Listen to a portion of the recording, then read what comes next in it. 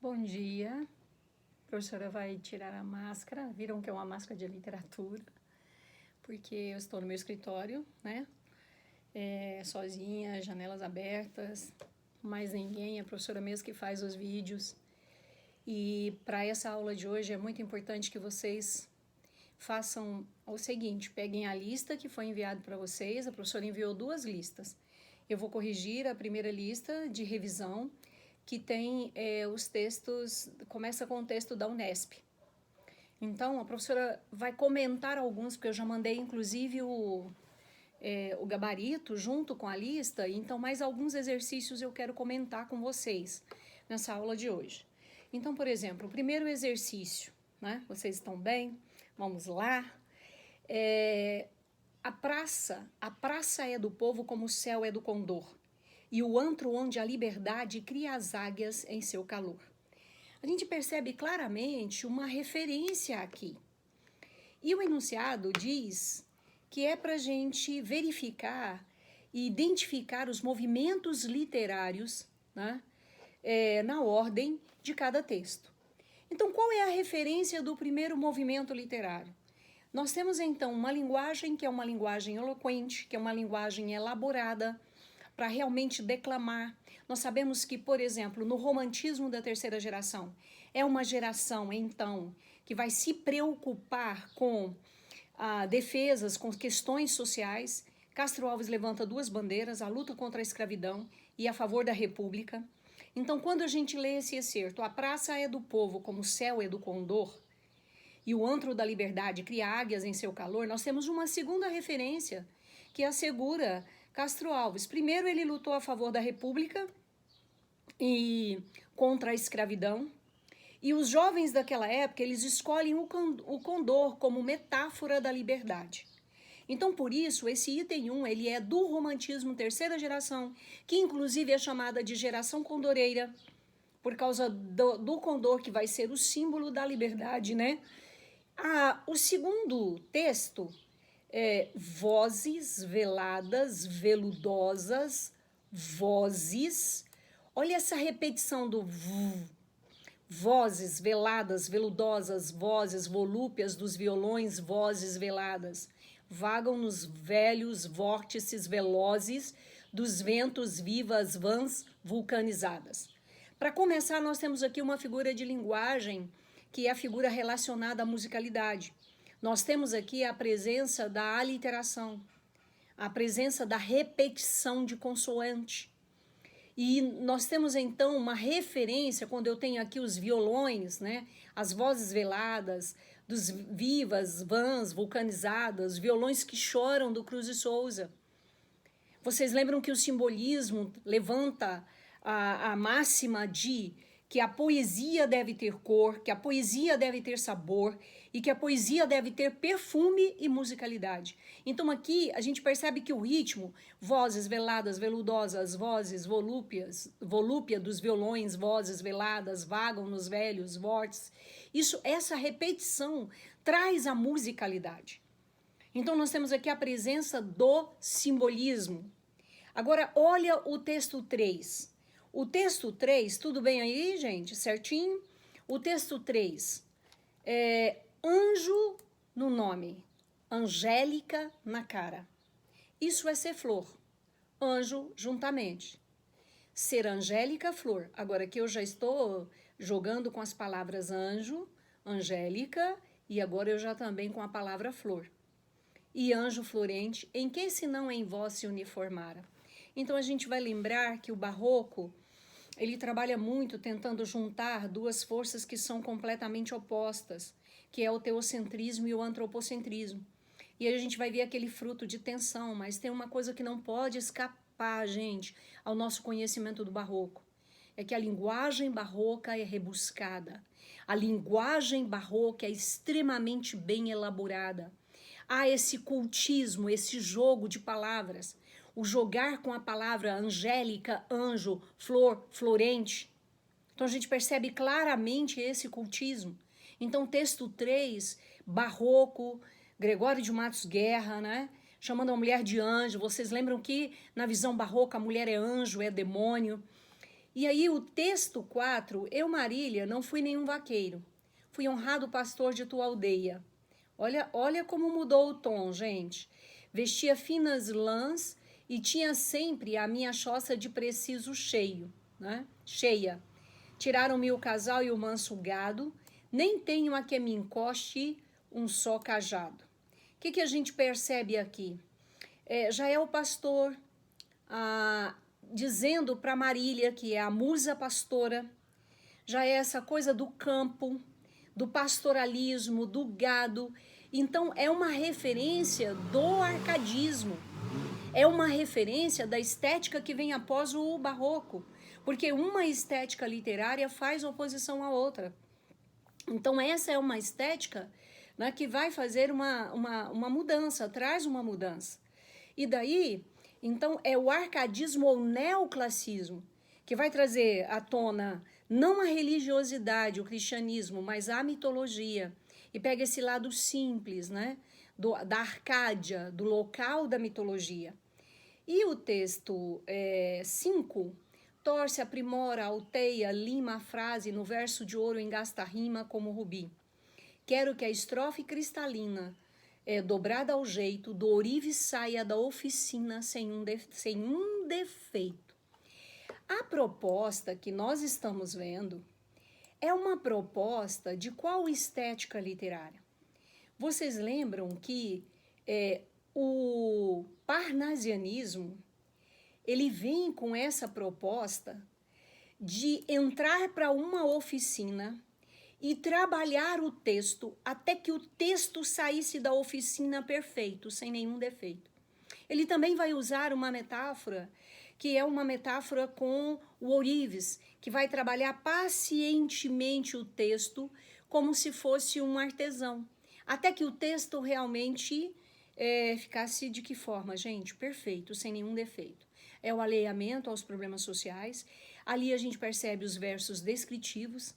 Ele está descrevendo para nos dar uma ideia de como vai ser o trabalho dele, como artesão, como que ele vai trabalhar o texto para que o texto fique de que maneira, gente? Sem nenhum defeito. Então nós vimos, olha, o último texto é parnasiano, então nós temos o primeiro excerto, né? Do romantismo, depois do simbolismo, depois do barroco e depois do arcadismo e parnasianismo. Então, nós temos como proposta aí a letra A. Tudo bem a respeito desse exercício, gente? Qualquer coisa vocês podem mandar um recadinho pelo pessoal da parte pedagógica, tá? Que a professora prepara para vocês. Então, aqui nós temos a primeira questão que a professora gostaria de resolver com vocês. Agora, tem um que eu gostaria de comentar. Sempre que é texto, a professora gosta de resolver. Por quê? Porque é o enfoque nosso de leitura para o Enem. Nós temos que ter o domínio, né, dessas questões para o Enem. Por isso que também a professora vai resolver a questão 2, tá? Porque a questão 2 também, nós temos os textos e nós precisamos ver a caracterização dos textos que nós já estudamos. Aí o 01 vem com uma seguinte informação, arcadismo. Para ser do arcadismo, tem que ter aquela visão da simplicidade, de quem escreve é um pastor, que vive em uma Arcádia, né? Muitas vezes no monte da mitologia, que ali eles acreditam que vão produzir os textos com maior qualidade. Então aqui já vem com uma afirmativa para mim, dizendo que é do arcadismo. Mas ao mesmo tempo, vamos ler o texto. 20 anos derramei-os gota a gota, num abismo de dor e esquecimento. De fogosas visões nutri meu peito.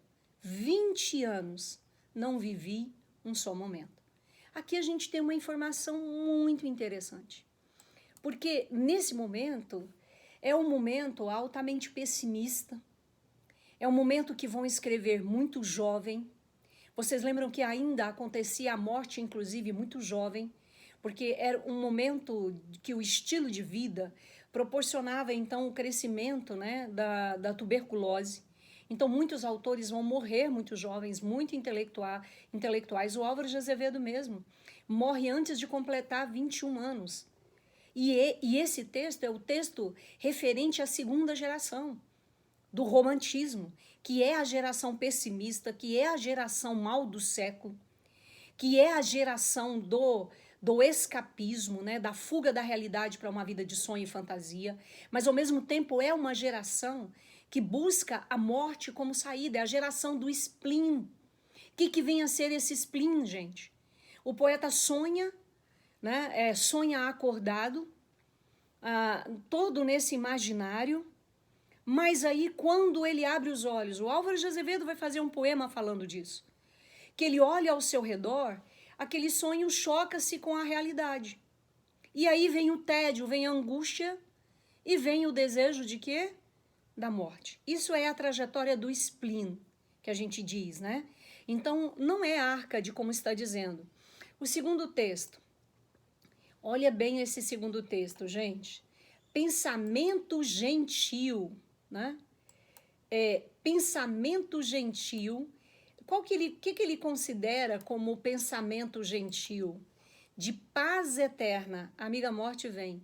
Tu és o termo de dois fantasmas que a existência formam, dessa alma vã e desse corpo enfermo. Aqui, o 02 está dizendo que é do romantismo, e é real. Né? Amiga, a morte vem. O que a professora acabou de falar? A morte como saída, a morte como solução. E esse texto é um texto do Junqueira Freire, porque a diferença entre o Junqueira Freire e o Álvares de Azevedo é que para o Álvares de Azevedo, ao mesmo tempo que a morte vai significar uma saída, que a morte vai trazer uma solução, a morte já traz um grande problema. Por quê? Porque a ausência da mãe, da irmã, do pai, dos poucos amigos. Por isso que o Álvares de Azevedo, ele é o poeta da dúvida e da morte. Então, esse 2 está correto, é romântico, e é da segunda geração, e é do Junqueira Freire. Número 4 está dizendo que é parnasiano. Vamos verificar se realmente é parnasiano? Vamos verificar o texto? Está dizendo, olha só, esta de áureos relevos trabalhada de divas mãos, brilhante copa um dia, já de aos deuses servir como cansada. Vinda do Olimpo a um novo Deus servia. Então, esse texto aqui é um texto que está dizendo de uma obra de arte. E uma máxima do parnasianismo é a arte pela arte. É a literatura falando de outra obra de arte. É a literatura se aproximando das artes plásticas. Então, você vê aí a presença da mitologia, né? Você vê o trabalho, né? Aí das mãos. Então, a 4 realmente é parnasianismo. Então, até agora, nós temos como correto a 2 e a 4. Agora, vamos ver a 8, que também diz que é parnasianismo. Gente, dá uma olhada nessa 8 que diz que é parnasianismo. Está falando de sonho, gente. Parnasianismo vai falar de sonho. Parnasianismo tem como máxima a perfeição formal, o objeto de arte, a história antiga, a história do Brasil, sonho profundo ao sonho doloroso, doloroso e profundo sentimento. Vai nas harpas trêmulas do vento, chorar o meu mistério tenebroso. Quem vai tratar de temas misteriosos, quem vai tratar de sonho, quem utiliza letras maiúsculas alegorizantes, porque são maiúsculas desnecessárias, são maiúsculas com substantivos comuns, como você vê ali, profundo e sonho, é o simbolismo. Então, não está correto. Aí a 16, né, pra gente, estamos quase fechando os textos, mas é interessante, a professora quer que sempre vocês tenham essa segurança. Não é por quê. Então, aí você classifica quanto a outra escola literária. Romantismo, está dizendo. Com o tempo que tudo desbarata, teus olhos deixarão de ser estrelas, verás murchar o rosto, as faces belas, e os traços de ouro converter-se em prata. Então, aqui nós temos um tema que é muito comum ao barroco, que é o tema da efemeridade, né? O romântico não vai dizer que a mulher vai deixar de ser estrelas, que os olhos vai deixar de ser bonito, não. O romantismo é a idealização, é a mulher bela, a mulher perfeita, uma pátria perfeita, uma natureza perfeita. Então, sem dúvida, não está correto. O tema aqui é o tema da efemeridade, né, gente? Aquilo que é efêmero é o que é passageiro, né? E olha, o 32 está dizendo que é Árcade, né? Então vamos lá. Vamos ver se realmente tem essa postura Árcade. Ao mundo esconde o sol, seus resplendores, e a mão à noite embrulha o horizonte. Não cantam aves, nem murmuram fontes. Na fala pã, na boca dos pastores. Então, o que a gente verifica nessa questão aí? Está dizendo da noite, está dizendo do dia, né? E daí, mas não tem aquela perspectiva do pastoralismo, da vida em equilíbrio, do bucolismo. Aqui não tem esse equilíbrio, gente. Sabe? Porque para ser Árcade, a gente precisa estar em total equilíbrio com a natureza. E ali está dizendo, a mão da noite embrulha o horizonte. Não canto aves, não murmura fontes. Olha só, mas segundo a visão Árcade, sempre vai ter as fontes murmurando, as harpas, os pastores, em meio à natureza. Porque o que é o bucolismo, que é uma grande máxima do arcadismo? É o pastor e a pastora em equilíbrio com os elementos da natureza. Certinho, gente? Então, por isso não é Árcade. Então, meus amores, nós vamos ter o total de 6. Ficou correto para nós a 2, né? E ficou correto para nós a 4. Então, o total de pontos nosso vai ser 6, né? Aí, aqui, ainda tem o seguinte. O enunciado está dizendo para nós assim, olha, ficou correto o que há correspondência. Quando eu digo romantismo, eu digo objetivismo? Não. Quando eu digo romantismo, eu digo subjetivismo. A professora está fazendo revisão desses conceitos com vocês. Porque em literatura sempre nós vamos trabalhar esses conceitos. O conceito de objetivismo, de subjetivismo, o conceito de lirismo. Tem alguns conceitos que sempre nós vamos verificar nas questões. Então, quando eu falo de romantismo, eu falo da estética literária que vai buscar o sonho e a fantasia. Eu falo da estética literária que vai em busca dessa idealização desse momento. Então, não cabe o objetivismo. Por quê? Porque o objetivismo significa que a razão predomina sobre os sentimentos. E no romantismo, o que vai predominar são os sentimentos. Então, o romantismo, o que predomina é o racionalismo ali no objetivismo. Então, não cabe. Para ser romantismo ali, o que teria que ser ali à frente? Subjetivismo. Porque o que significa o subjetivismo? Os sentimentos predominam sobre a razão. Aí abaixo vem realismo. A gente já sabe que a palavra realismo traz a questão da realidade, da observação da realidade, da observação dos sentimentos, da subjetividade relacionada à análise psicológica. Vai analisar o psicológico, mas não tem subjetivismo de emoção predominando, gente. Quando a gente fala de realismo, dá uma olhada, ismo é movimento, real é observação da realidade, é a denúncia da realidade. Então, para dar uma relação correta, no lugar de subjetividade, tinha que nós termos o quê? Objetividade. Então, não dá. Naturalismo, cientificismo. Sabemos que no século XIX, no finalzinho do século XIX, nós vamos ter duas estéticas literárias com a predominância do cientificismo, que é o realismo-naturalismo, com aquelas correntes científicas do século, que é o positivismo de Auguste Comte, o darwinismo, o determinismo. Então, o subjetivismo para o naturalismo cabe tranquilamente. Por quê? Porque o autor naturalista, inclusive, lembra do livro Curtiço? Ele vai priorizar muito as descrições biológicas. Ele vai supervalorizar essas descrições, né?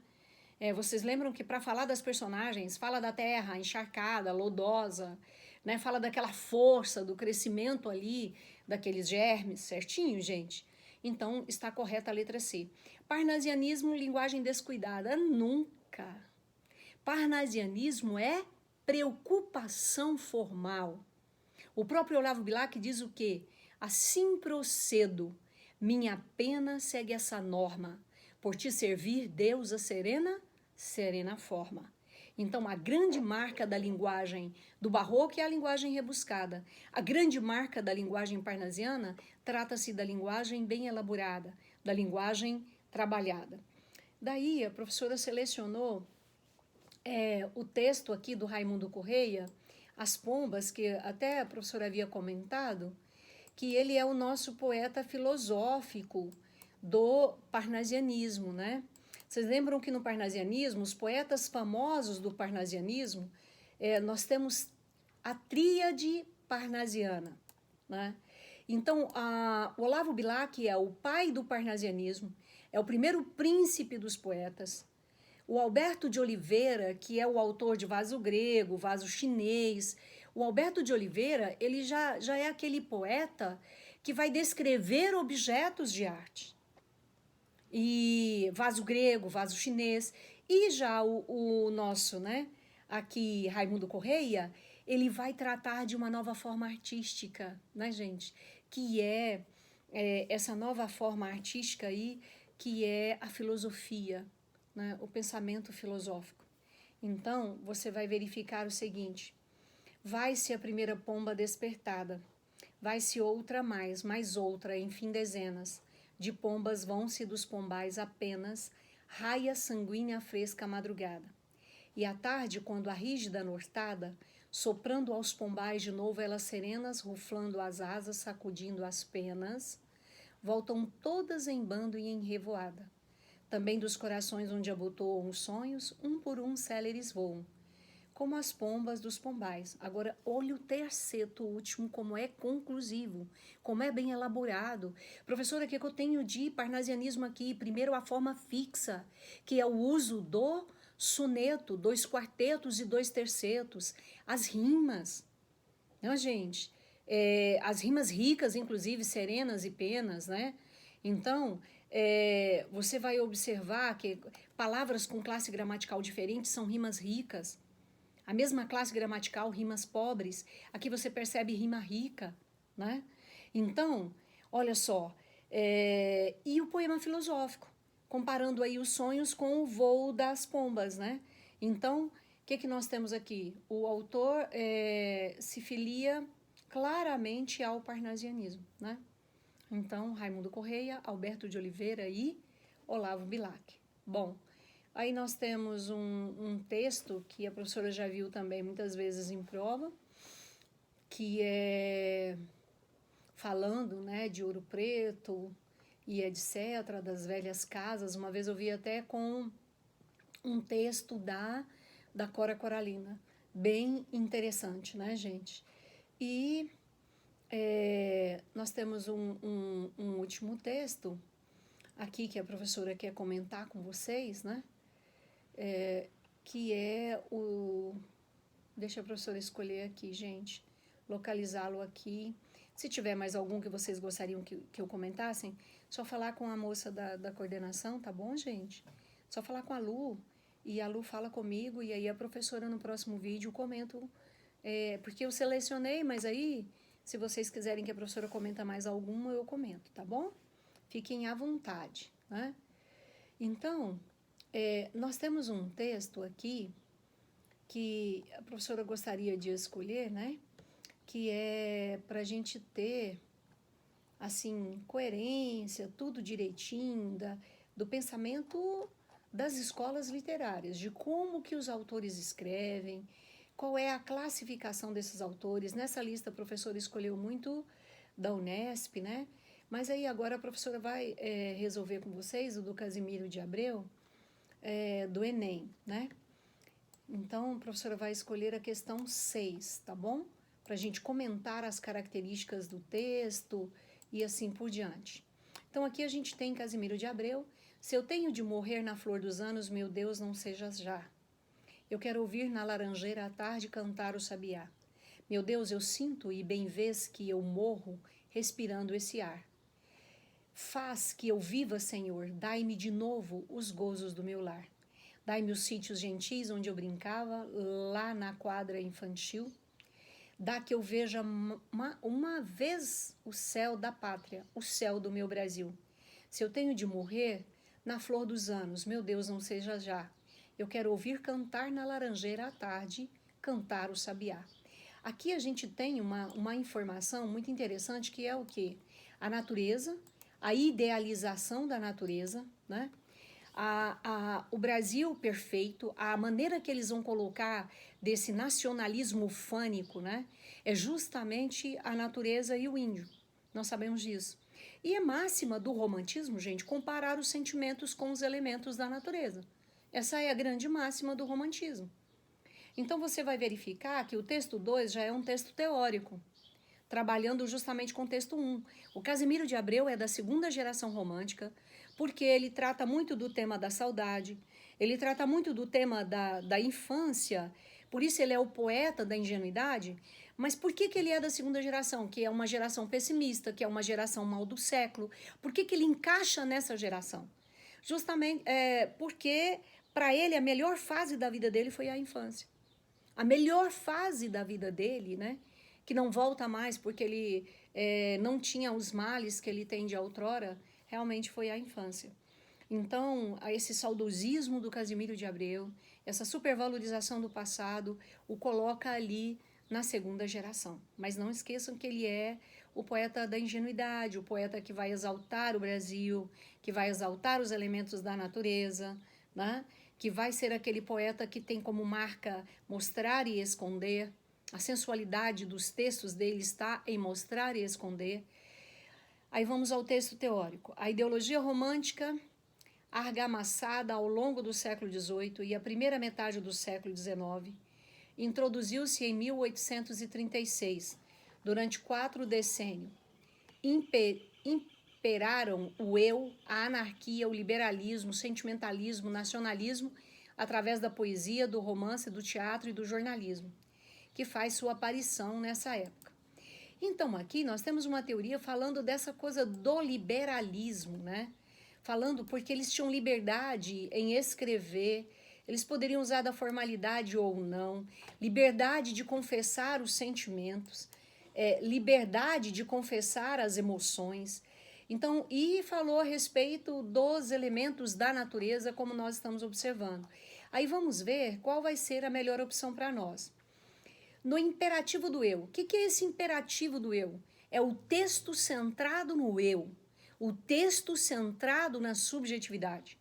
Então, olha, no imperativo do eu, reforçando a ideia de que estar longe do Brasil é uma forma de estar bem, já que o país o sufoca o eu lírico, né?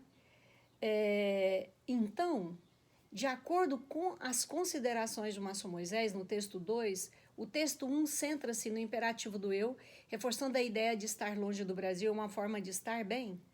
Gente, é realmente uma forma de estar bem? Olha o que ele diz. Se eu tenho que morrer na flor dos anos, meu Deus, não seja já. Eu quero ouvir na laranjeira à tarde cantar o sabiá. E aí quando ele diz aqui, olha, eu quero ouvir cantar na laranjeira à tarde o sabiá, quando ele fala, dá que eu veja mais uma vez o céu do meu Brasil. Então, olha, de acordo com as considerações do Márcio Moisés, se for o errado seria, né? Mas não dá. No nacionalismo, né?